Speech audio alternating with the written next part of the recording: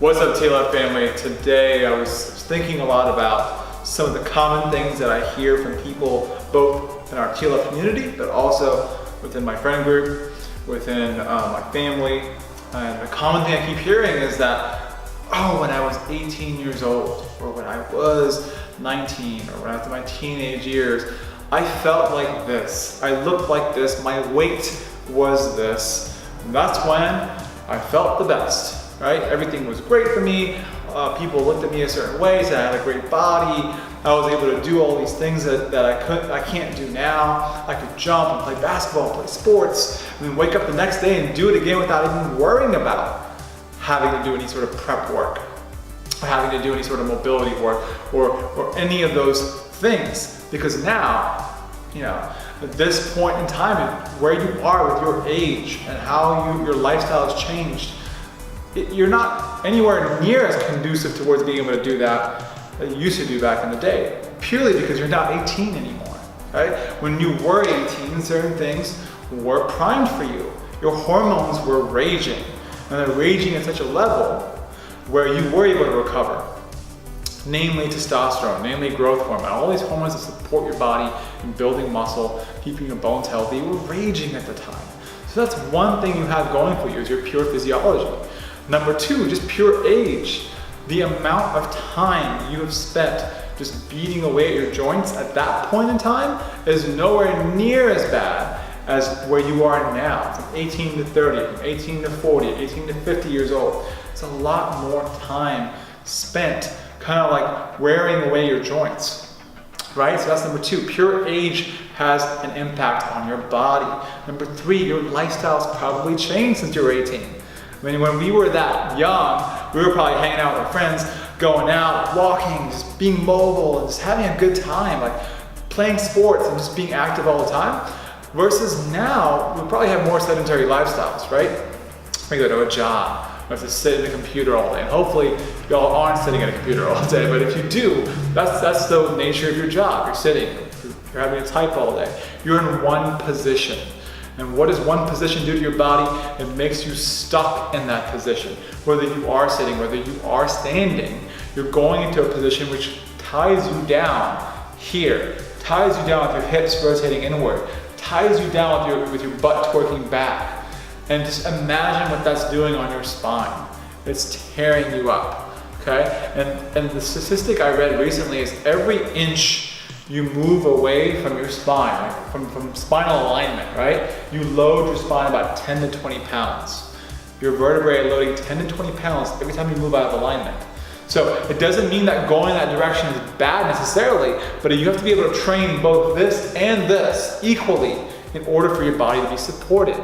But if we're constantly training like what we call, in our day and age, a bad position here and here, it's bad only because you're not training the opposite.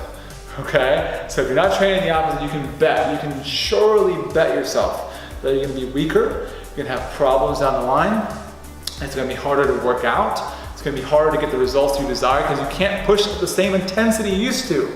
And that makes sense, right? You weren't always in pain when you were 18, but now you are because you've built up this load of being in a bad position for your lifestyle. You're in pain, you don't feel like you can push as hard, so obviously you won't get the same results. So that's also another reason, okay? But of course, the next reason why it's very hard to get the results you did when you were younger is that your metabolism is different. You break down food differently now. It may be slower than it used to be.